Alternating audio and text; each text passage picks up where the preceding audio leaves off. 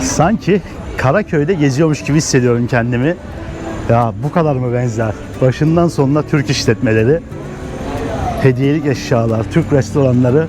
Ya gerçekten size Türkiye'de gibi hissettiren bir yer. Dünyanın öbür ucunda bunu hissetmek güzel açıkçası. Bu hissiyatı sevdim dostlar. Mustafa Kemal Atatürk. Oo. Geldim öyle radikal bir kararla. Şu an mutluyum, mesudum. Kendi şirketlerimi kapattım. Sattım markalarını. Geldim Singapur'dayım. Singapur'a Bu yerleştin. restoranın yöneticiliğini yapıyorum. Sağ olsunlar, destek güzel. oldular. Güzel gidiyor ya. Öneririm yani. Yurt dışına çıkmak isteyenlere, eğer hani qualification durumunuz varsa, üniversite mezunuysanız, İngilizce iyi dilde, iyi bir seviyede konuşuyorsanız gelin abi. Yaşamak için güzel bir ülke ya gerçekten. Çok güzel bir ülke. Yani iş anlamında da gerçekten güzel bir yere benziyor.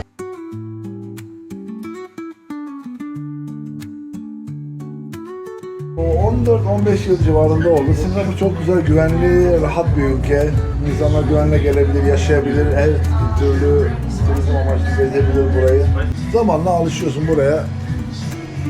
Eğleniyorsun, çalışıyorsun, güzel insanlar geliyor, ziyaret ediyor, değişik, farklı insanlar, farklı kültürlerle iç içe oluyorsun. Duymadığım çok ülkeler, şehirler varmış, duyuyorsun. Yani bu Singapur Turistik bir yer bir de burası. Tabii turistik bir noktadasın. Yani duymadığım yok, Fiji'di, Tay'di, bilmem Endonezya, birçok şey öğreniyorsun. Her geçen gün bir şeyler daha katıyorsun. Yani önemli olan o benim için yani. Ben çok seviyorum.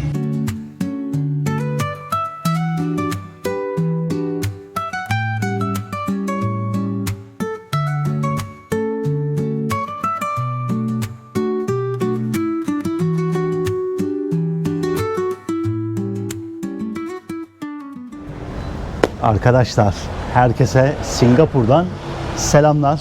Nasılsınız? Ben çok iyiyim. Geçen bölümde varmıştık. Aradan bir gün geçti. Çok bir şey geçmedi. Singapur'daki ikinci günüm benim. Singapur gezisi biraz böyle Singapur günlükleri gibi olacak. Çünkü aşırı pahalı bir ülke. Yani dünyadaki en pahalı birkaç ülkeden bir tanesidir diye tahmin ediyorum Singapur. Ki zaten geçen bölümde bahsetmiştik. Şu anda burası satın alma gücü bakımından dünyanın en zengin ülkesi. Kişi başına düşen 99 bin dolarlık dehşet bir milli geliri var ve ilk 10'da yani 6. 7. sırada falan bu bakımdan da. Acayip bir ülke ve gerçekten birçok bakımdan sizleri çok şaşırtacağına inandığım bir yer. Geçen bölümde böyle kabaca bir gezi yapmıştık. Biraz havalimanını gördük. Orada 40 metreden dökülen şelaleyi gördük. Ondan sonra Marina Bay'i gördük.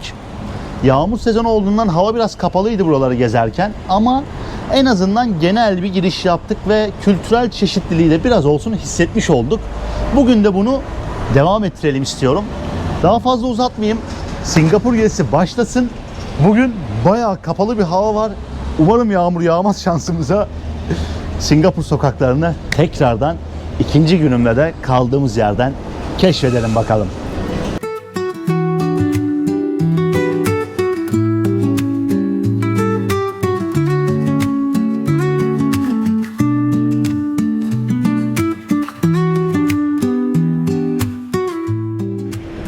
Bu arada tabii ki Amber Yi de burada. What did you say? Amber. Amber Yi. Yi soyadından geliyor Amber'ın. How are you today? I'm doing great. I like your hat. That's good. Mallorca. You got it in Spain? Yes. Mallorca So how is going in Singapore? was good. Last night we went to Chinatown? yes, Chinatown, and right now it's kind of cloudy, but let's see. Yeah, let's see. Amber'da diyor. Biraz kapalı bir hava var. Zaten görüyorsunuz yani simsiyah. Yağmur sezonu arkadaşlar. Yani galiba tam bilmemekle beraber bir süre daha bu şekilde gidecek. Endonezya ile falan beraber diye biliyorum buranın sezonu. Haziran civarı en kur dönemi olması lazım. Belki Mayıs'ta da başlıyor olabilir. Şu anda bulunduğumuz bölge bizim kalmış olduğumuz, konakladığımız bölge. Bu bölgede 1800'lü yıllardan kalma çok fazla bina göreceksiniz. Singapur aşırı zengin bir ülke olmakla birlikte kültürel çeşitliliği de çok fazla olan bir ülke. Hintli nüfusu var. Çok küçük de bir olsa herhalde Müslüman, işte Arap vesaire nüfusu var. Ve Bunun dışında Malay nüfusu var ve nüfusun çok büyük çoğunluğunu da %75'ini de yaklaşık Çinliler oluşturuyor. Ki zaten her yerde Çince yazılar, ne bileyim şöyle Çin yemekleri satan restoranlar vesaire göreceğiz Singapur'da. Ne kadar eski bir binaymış ya bu arada. 1930'dan beri açığız diye yazmışlar üzerine. Şöyle bir buranın içerisini göstereyim size. Satılan yemekleri görün ufaktan da olsa. Bu şekilde Çin usulü yemekler. Ya tam anlamıyla bir Çin restoranı. İnsanlar yemeklerini alıyorlar. Rahatsız etmeyelim. Singapur'dayız. Şimdi başımız belaya girmesin. Burası yasaklar ülkesi. Kırbaç cezası da var. O yüzden çok fazla durmayalım böyle yerlerde. İnsanları hiç rahatsız etmeyelim. Biz devam edelim yolumuza. What you were saying? Hold the list to me. Come on, one more time. Mustafa Kemal Atatürk. Oh, Pronunciation correct? super correct. Arkadaşlar şimdi gidiyoruz böyle. Mustafa Center diye bir yer gördüm ben haritada.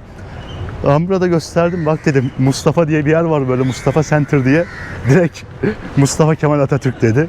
Türkiye'ye defalarca geldiği için Atatürk'ün biliyorsunuz heykelleri her yerde, yani bizde ne bileyim fotoğrafı vesaire. Kebap satan bir yer. Mustafa Center'da şurasıymış bu arada. İşte burada bildiği için Mustafa Kemal Atatürk diye söyledi, dedim göstereyim. Galiba Hint mahallesine yaklaştık şu anda. Çünkü Hint restoranları çıktı ortaya. Bakın böyle ne bileyim Hint figürleri falan var etrafta.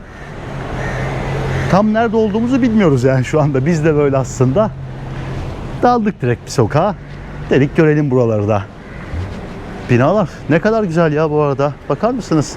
Rengarenk, tam o 1800'lerdeki mimari yansımış direkt buraya.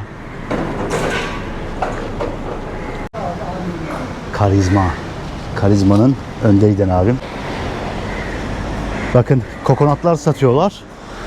Şöyle devasa kokonatlar var. Bilmiyorum ne kadar satıyorlar ya bir tanesini. How much for one coconut? $2. Okay, let's get one. Yeah, let's get one. Pick one. That's okay. Any of it is okay. Yeah. Şimdi abimiz kesecek şurada. Tezgahı göstereyim size. Guava var, tropikal meyvelerden. Şöyle bir meyvemiz var. Bunu bilmiyorum. Ama burada diyor göster adamı keserken.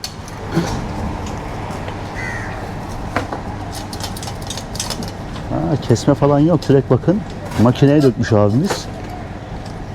Hiç öyle bıçak vurayım edeyim uğraşmıyor.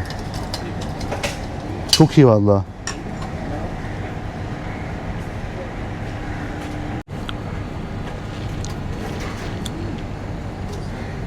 Güzel mi? Oh, so big one. Ya. Şu olayı seviyorum ya. Gerçekten kokonat olayı çok iyi. Adama $50 verdim. Canı çıktı bozana kadar. Evet, kokonatımızı aldık. Yolumuza devam ediyoruz. Hi brother. Hey bro. Sıcakkanlılar ya. Evet, galiba bu sokakların sonuna doğru geldik. Hintli kardeşlerimiz burada. Her yerdeler. Şöyle bir kenara atayım kendimi. Genelde bu tarz rengarenk binalarıyla öne çıkan bir bölge. Şehrin eski yerleşim yeri olduğundan. Galiba bakın burada devam ediyor sokaklar. Şöyle bir gidelim bakalım. Şöyle kuru yemiş meyvelerin satıldığı tezgahlar var etrafta her yerde. Bunu belli ki birçok Hintli yapıyor burada. Orta Asya'da Özbekler genelde bu tarz şeyler satardı. Singapur'da da belli ki bunu Hintliler yapıyorlar. Şu hurmanın kilosu 20 Singapur dolarıymış. Yani 15-16 dolar. Ne bileyim şurada 26 dolara var. 20 dolara var yine. 10 dolarlık da varmış bu arada. En ucuz versiyonu bu olsa gerek. Fiyatlar bu şekilde yukarıya doğru gidiyor. Dünyanın en pahalı ülkelerinden bir tanesinde. Normal bence. Şurada bir grafiti gördüm. Onu size bir göstereyim. tam anlamıyla ne diyeyim, ufak Hindistan'da, Little India'da olduğumuzu hissettirecek bir grafiti. Hindistan'a dair böyle birçok sembolü koymuşlar yani. Bakın şurada Hintli bir kadın ineğini sağıyor. Bir adam kendini mi yıkıyor, eşyalarını mı yıkıyor anlamadım nehirde. Ganj Nehri olsa gerek. Hint restoranlarını, buradaki binaları koymuşlar. Yine şöyle çocuklar, kadın, müzisyenler falan var. Güzel bir sanat ortaya çıkartmışlar yani burada. Hoşuma gitti.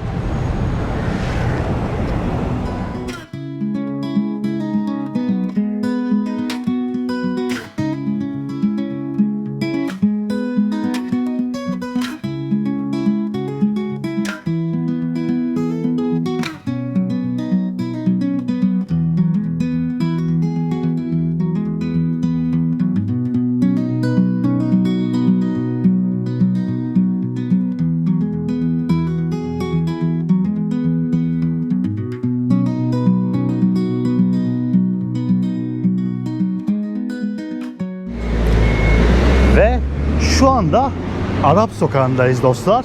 Bu sokağın adı Arap Sokağı ve bayağı uzun bir sokak. Hatta cadde, bulvar da denilebilir herhalde. Hemen arkada buranın meşhur sembol yapısı var. Sizi şimdi oraya doğru götüreceğim. Yine benzer mimari. Evler böyle rengarenk ve arka tarafta güzel grafitiler, daha güzel büyük binalar da görüyorum. Bakalım nelerle karşılaşacağız. أشهد أن محمدًا رسول الله.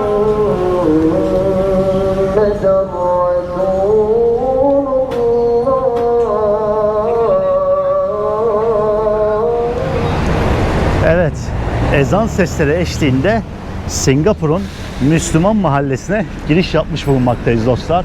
Arap Sokağı'na direkt ezan sesleriyle beraber girdik. Burası 1824 yılında Singapur'un ilk sultanı Hüseyin Şah tarafından yaptırılmış, Malayların ve Singapur'daki Müslüman halkın en büyük sembolü olarak gösteriliyormuş bugün.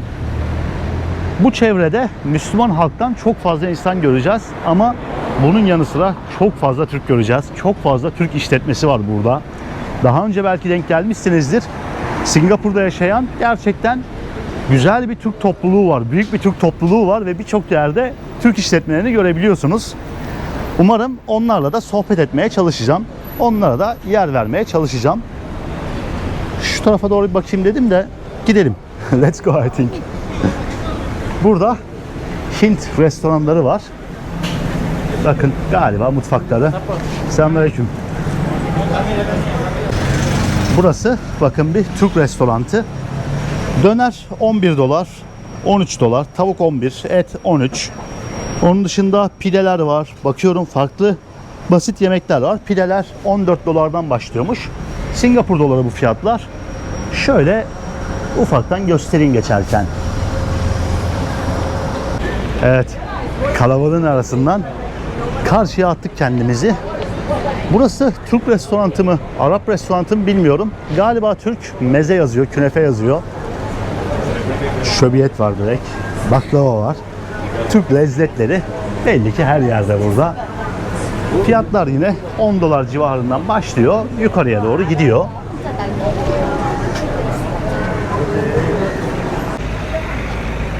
Galiba burada da satılan Türk ürünleri var. Kolay gelsin.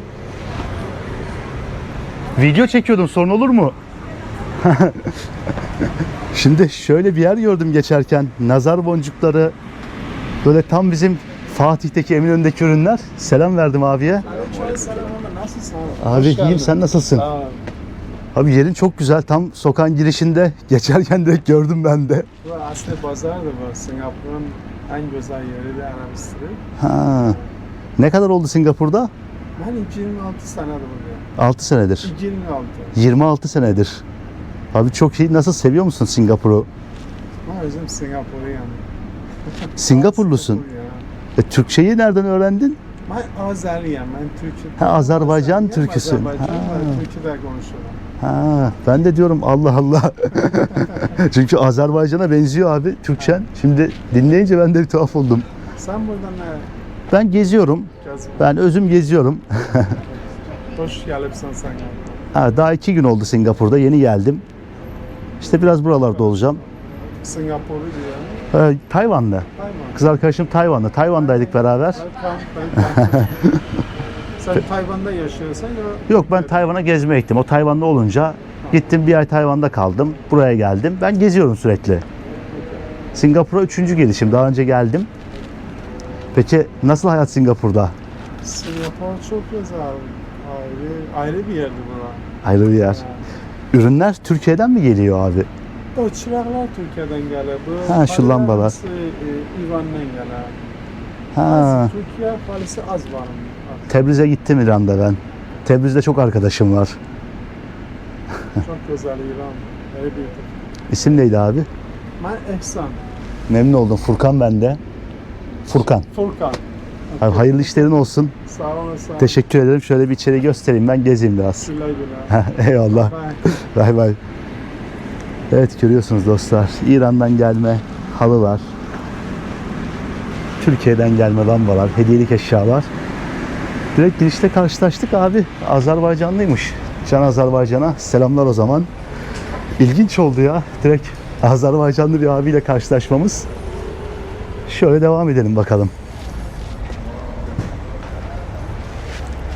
Dostlar, şimdi şöyle ilginç bir yerdeyim ben. Burada Türk hediyelik eşyaları satılıyor. Ama sahibi bir Singapurluymuş. Şöyle bir satılan nazar boncuklarını göstereceğim, bakın. Bildiğiniz Türkiye'den gelme, hop şöyle düzgün bırakalım da, bildiğiniz Türkiye'den gelme nazar boncukları, bileklikler, bizim lambalar satılıyor. Aynı o girdiğimiz diğer dükkan gibi. Ve Diriliş Ertuğrul'un bir müziği çalıyor. İlginç. Bakın hemen burada İstanbul yazısı, Boğaz manzarası. Türk ürünleri her yerde. Oh, thank you so much. What was your name? Sheikh Arif. Sheikh Arif. So you are the first person opened a Turkish shop opened is since 2006. 2006. So why did you decide to sell Turkish products? Because here have so many carpet business, so I want to do something different. I So see. that's why I was thinking what kind of items I have to start. After I come in this mind, okay, I do Turkish handicraft. Oh, that's really good idea. And this whole material coming from Turkey? Turkish, yes. Wow. Wow. Really happy for that. Yes. Seeing someone, you know, as a foreigner, as a Singaporean doing this here, Yes. yeah, proud for us. Yeah, that is good. We manufacture our own designs, so we don't go for ready-made this one. We do create our own designs. So nice to meet you. I hope that you have good business. İnşallah. İnşallah. Selamünaleyküm. Aleykümselam ve rahmetullahi ve berekatuhu. Şöyle dışarıya doğru atalım kendimizi. Arkadaşlar, gurur duydum yani. Bir Singapurlu Türk ürünlerini satıyor. Ben farklı bir şey yapmak istedim ve bu yüzden burada Türk ürünleri satmaya başladım diyor. Ve diyor, ben diyor kendime özgü dizaynlar soruyorum Türkiye'de. Onları yollatıyorum buraya. Çok iyi. Türkiye'yi çok seven bir Singapurluyla tanışmış olduk burada. He was actually Singaporean and selling Turkish products. Wow. So he's not Turkish. No, he's from Singapore. So you speak with him. English. Wow, surprisingly. İlginç şeylerle karşılaşacağız gibi bu bölgede. Bir Singapurlu'nun böyle Türk ürünleri satacağını düşünmezdim. Bakın burada da hemen kapıda nazar boncuğu. Geçerken göstereyim. Ve hemen karşımızda yine Anatolia restoran var. Türk ve Lübnan restoranıymış burası da. Hello. Thank you so much. Is that Turkish restaurant? Yes, Turkish, Ah. Lebanese. All the chefs Turkish inside. All the chef Turkish inside. That looks really good design. Thank you so much. Thank you. Şöyle göstereyim. Çok güzel bir oturma alanı var bakın. Bütün şefleri Türkmüş. Büyük bir İstanbul görseliyle beraber burada. Türk restoranını çok güzel temsil etmişler. Tabi aynı zamanda Arap yemekleri de satıyorlar. Yine bir hediyelik eşyacı dostlar. Klasik tüm Türk ürünleri. Şu görmüş olduğumuz lambalar daha önce satılıyor yine burada. Bakar mısınız? Ufak cüzdanlar, anahtarlıklar. Hello, thank you. Kendimi Tahtakale'de geziyormuş gibi hissediyorum şu anda. Amber'a bu kaplardan almıştık. Amber, do you remember? We got the same one for you. I got to. Ablasına hediye olarak bundan almıştı Amber. Tam aynısı ya. Same ones. Yeah, someone. I got two. Şöyle bir yer gördüm. Bir Yeniçeri bırakmışlar dışarıya, onu göstermek istiyorum size. Bir iki Türk'le konuşsak aslında güzel olacak burada. Buraya kadar gelmişken bir iki Türk'le de sohbet muhabbet etsek iyi olur yani aslında. Şöyle göstereceğim. Burası galiba bir Lübnan restoranı ama bayağı Yeniçeriler var yani restoranın dışında. Şimdi şöyle bir sokağa giriş yaptık. Sağda solda her yerde Türk restoranları var. Restoran diyorum ben. İşte Kapadokya diyor. Bakın Alaturka restoran diyor. Ama sahiplerini göremedim. Yani çok fazla Türk göremedim. Hatta hiç Türk göremedim daha şu anda. Bu sokakta da bu şekilde devam ediyormuş. Ya bildiğiniz Türk sokağı burası. Arap Street diye geçiyor etrafı. Arap sokağı diye geçiyor ama bildiğiniz Türk sokağı. Çünkü Türk restoranları her yerde. Yani adım başı Türk restoranıyla karşılaşıyorsunuz resmen. Bakın yine İstanbul restoran. Belli ki her yerde göreceğiz. Sokağın sonunda Sultan Camisi'nde çok net bir şekilde görüyorsunuz. Yani çok güzel bir fotoğraf karesi yatıyor resmen burada. Dostlar, sokak boyunca yani sağımda solumda şu anda her yerde Türk restoranları var. Abi, Habibi, good, Habibi. Turkish food. Habibi wallah. Where are you from? Turkish. I'm from Yemen. Yemen. Arab, Ah, yeah. You know Yemen? of course I know Yemen. Boss Turkish here. Boss Turkish. Where is boss? Jamal. Here. Jamal. Jamal. I said here. I didn't see any Turkish, you know. Everywhere, so many Turkish restaurants, but no Turkish. All Turkish the street. Turkish, yeah. Sokağın sonuna doğru geldik. Resmen bütün bir sokak Türk lokantalarından, Türk restoranlarından oluşuyor burada. Ve caminin de yakında geldik. Zannedersem içeride dua okunuyor şu anda. Biraz daha fiyatlardan da bahsetmeye çalışacağım. Fiyatları da göstermeye çalışacağım. Bir iki Türk'le karşılaşırsak da güzel olur. Belki geldiğimiz günden, dönemden dolayı da kimseyle karşılaşamamış olabiliriz yani şu ana kadar.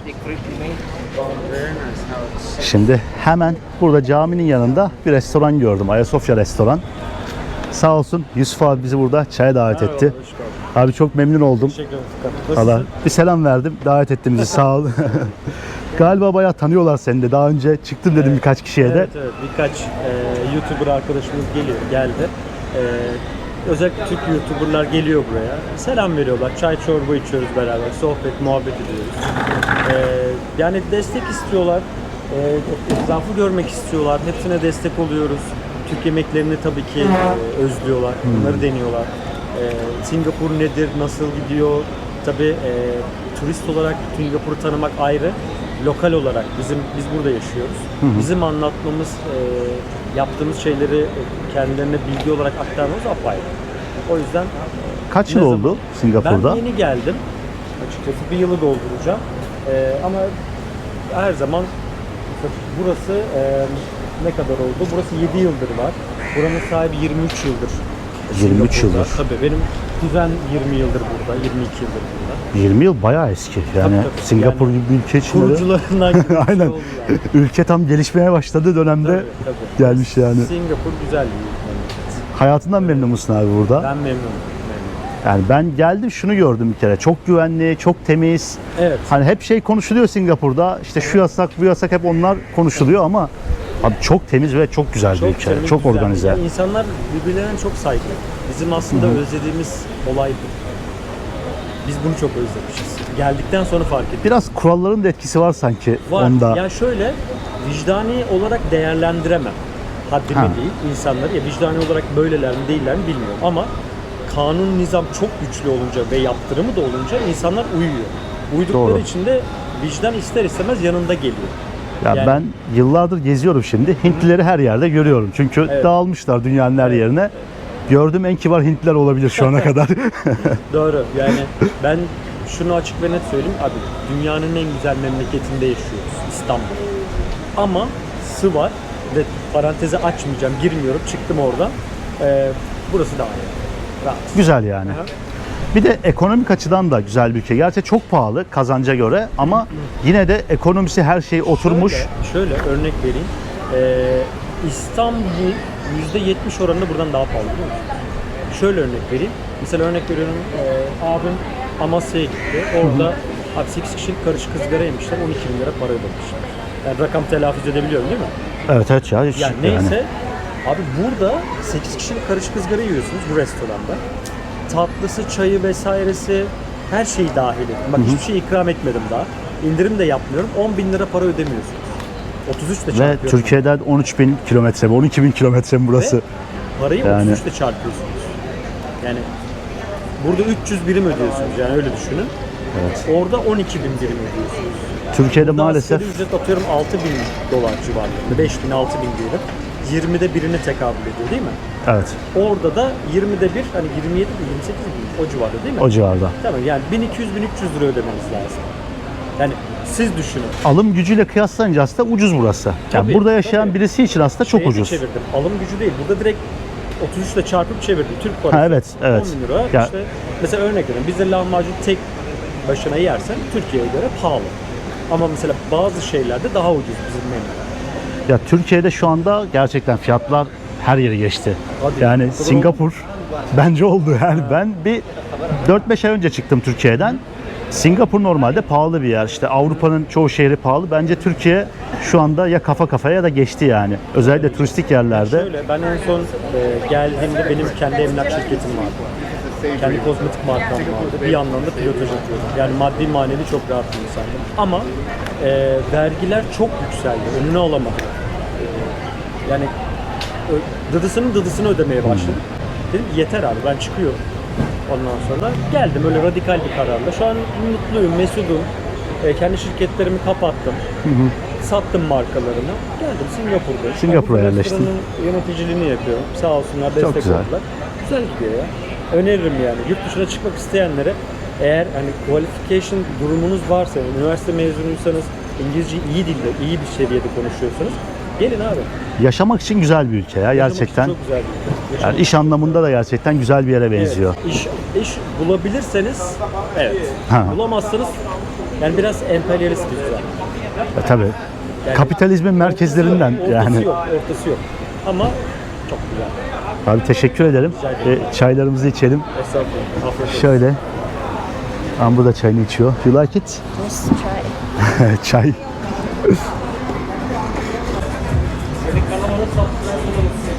Vereyim kanalı Furkan Göcet. Yazayım abi. Uzun zaman sonra şöyle Türk çayında içeyim dostlar. Güzel oldu. Bir Türk'le karşılaşmak burada. Bir Türk'ten burayı dinlemek. En azından biraz daha ülke hakkında fikir sahibi olmuş olduk.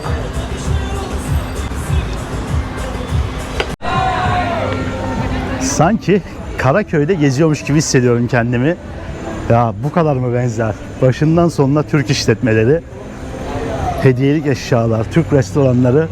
Ya gerçekten size Türkiye'de gibi hissettiren bir yer. Dünyanın öbür ucunda bunu hissetmek güzel açıkçası. Bu hissiyatı sevdim dostlar. Şimdi burada bir Türk işletmesi daha gördüm dostlar. Hediyelik eşyalardan bahsederken burada bir hediyelik eşyacı çıktı karşıma.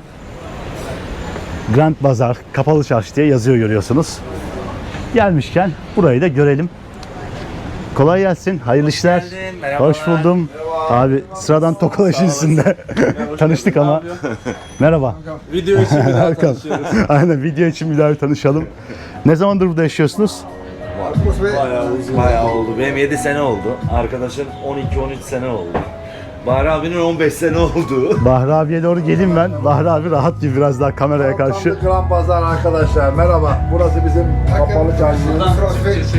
Abi her şey Kapalı Çarşı'yı andırıyor yalnız gerçekten. Bizim ürünlerimiz tamamıyla kapalı çarşıdan buraya transfer olmuştur. Hepsi Türk işçilikleri böyle. Sadece Singapur'a özel ait kendi ürünleri başka yerden temin ediyoruz. Geri kalan kısımların hepsi Türkiye'den arkadaşlar.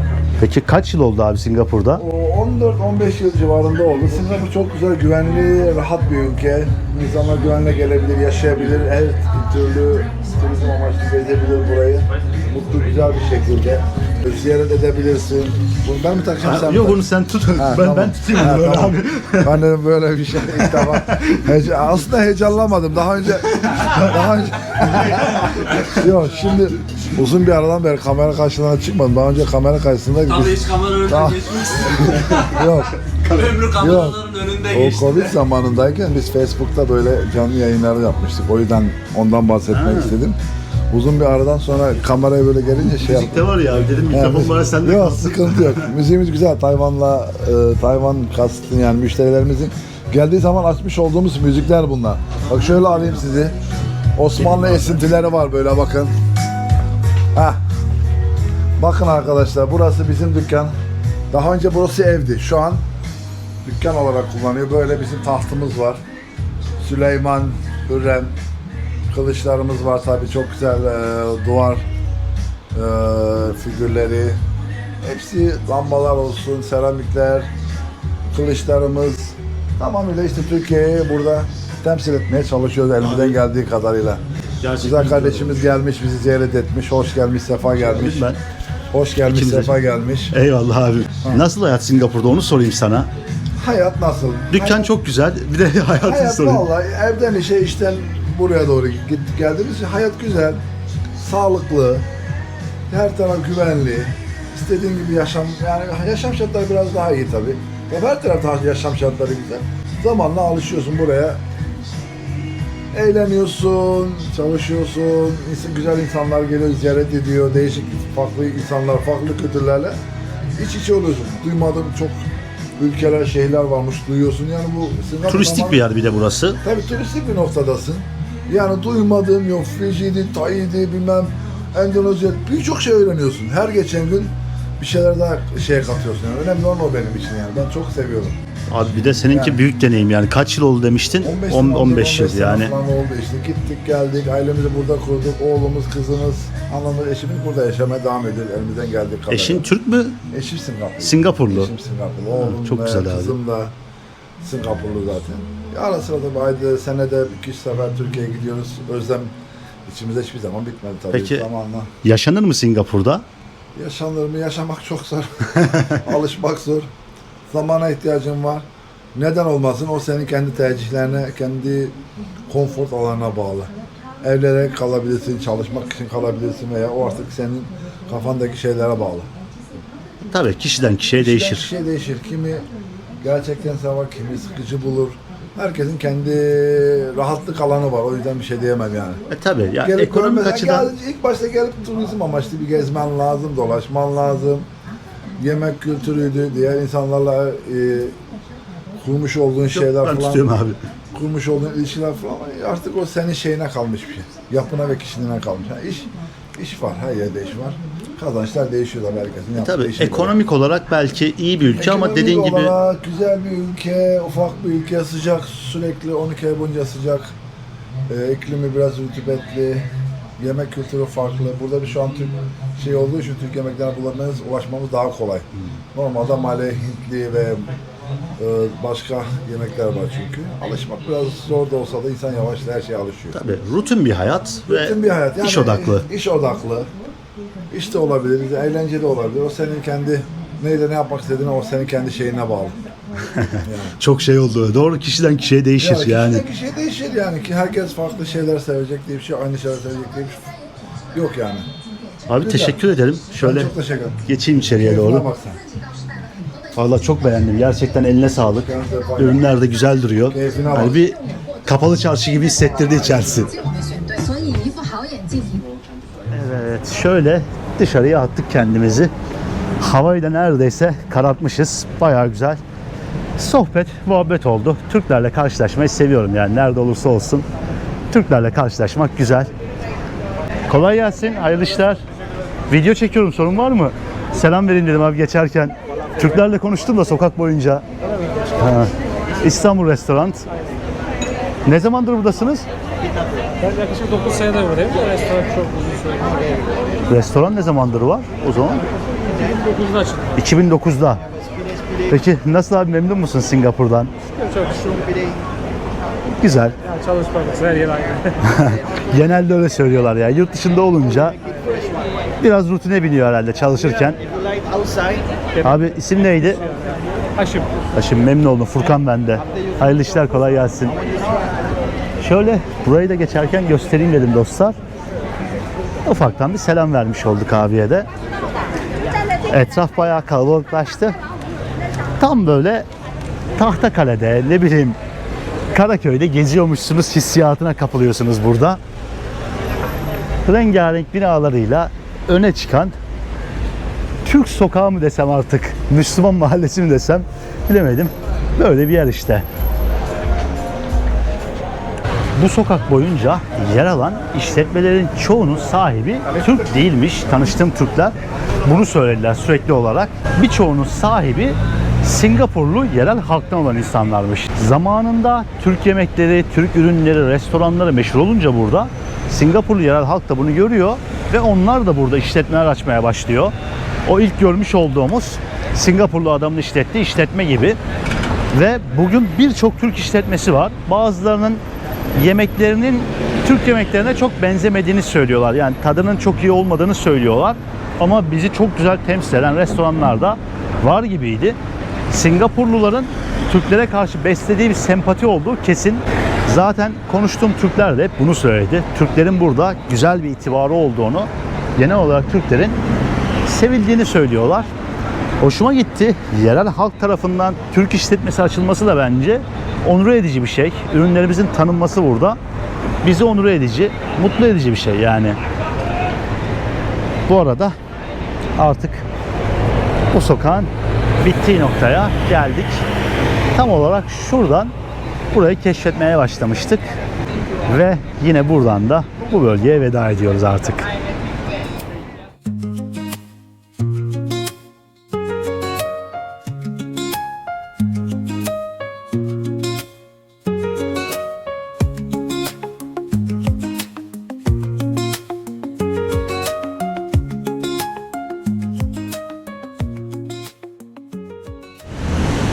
Ve arkadaşlar aradan yaklaşık yarım saat kadar bir vakit geçti.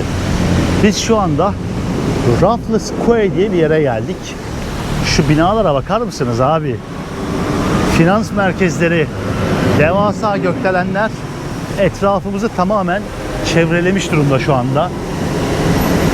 Hong Kong'da Central bölgesi diye bir yer vardı. Yani şehrin merkezi kısaca. Orası da aynı böyleydi.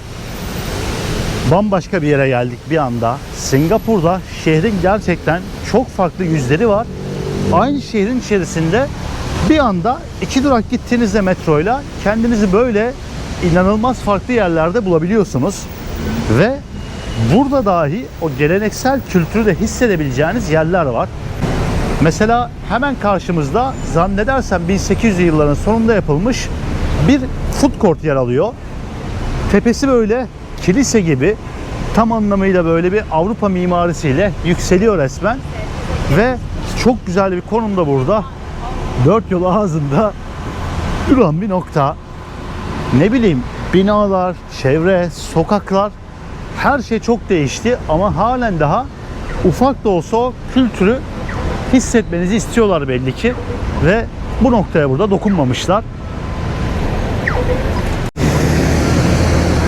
Devasa binalar, koşuşturmaca halinde olan, işlerinden çıkan insanlar ve tüm bu binaların ortasında şehrin tam olarak orta yerinde konumlanmış 1800'lerden belki de 1900'lerin başından kalma bir food court görüyorsunuz.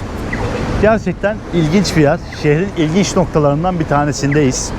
Belki vaktimiz olursa bir sonraki videoda burayı detaylıca gezeriz. Şu binaların içerisine gireriz. Tam anlamıyla bunları görürüz. Resmen gökyüzünü delen binalar var önümde. 30 katlı, 40 katlı, 50 katlı belki de, bilmiyorum. Singapur'un bir finansal merkez olduğundan bahsetmiştim. Bu finansal merkezin tam ortasındayız şu anda. Bunu tam olarak hissedeceğimiz bir yerdeyiz. Amber da video çekiyor.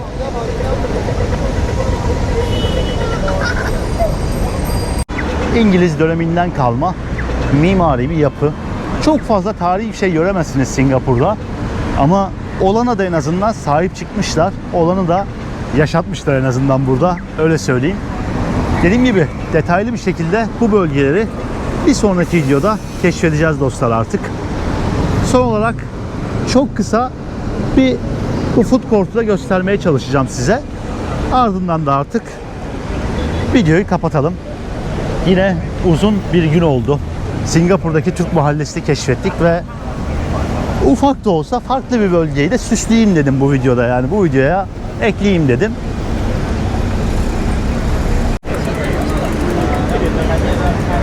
Evet, gökdelenlerin arasındaki yemek pazarına geldik dostlar. Çünkü burada öyle yazıyor yani. Lau Pa satmış buranın adı. 1879 yılında yapılmış bu arada. Hafızam beni yanıltmamış yani. 1800'lerin sonlarında yapılmış bir nokta.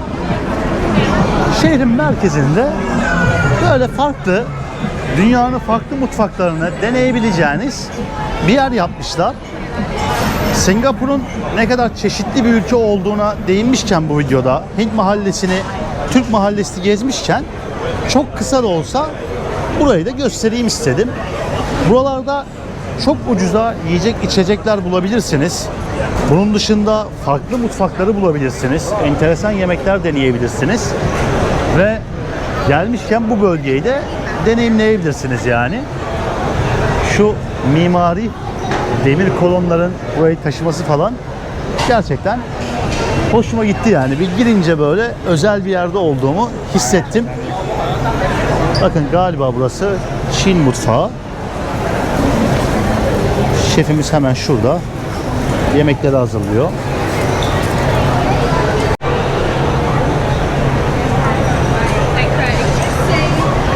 Her yerden bram bram yemek kokuları yükseliyor. Burnuma çok güzel, bir yandan da enteresan kokular geliyor şu anda. Bakar mısınız? Arkada bayağı dumanlar yükseliyor resmen. Şunu bir göstereyim. Burada dim sum satıyorlarmış.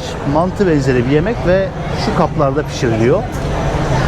Bu şekilde ahşap kaplarda buharla pişiyor anladığım kadarıyla. Çin yemekleri satan bir restoran yine. Şurada Malezya yemekleri görüyorum. Vietnam mutfağı var.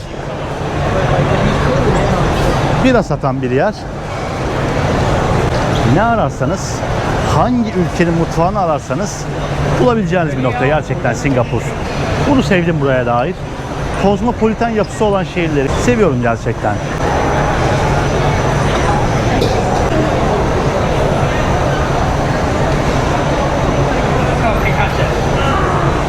Evet dostlarım, uzun bir gündü. Buraya kadar izleyen herkese teşekkür ederim. Olabildiğince gittiğim yerlerin kültürünü, yaşamını ve o şehrin değerlerini, önemli güzel yerleri sizlere yansıtmaya çalışıyorum. Videoları beğenmeniz çok çok önemli benim için. Singapur'a kadar gelmişken dedim ki buranın kültürünü olabildiğince yaşatayım size ve Türk yemeğini her yerde yeriz. Yani daha birkaç ay önce Türkiye'deydim. Tayvan'da zaten bol bol Türk yemeği denedim yani.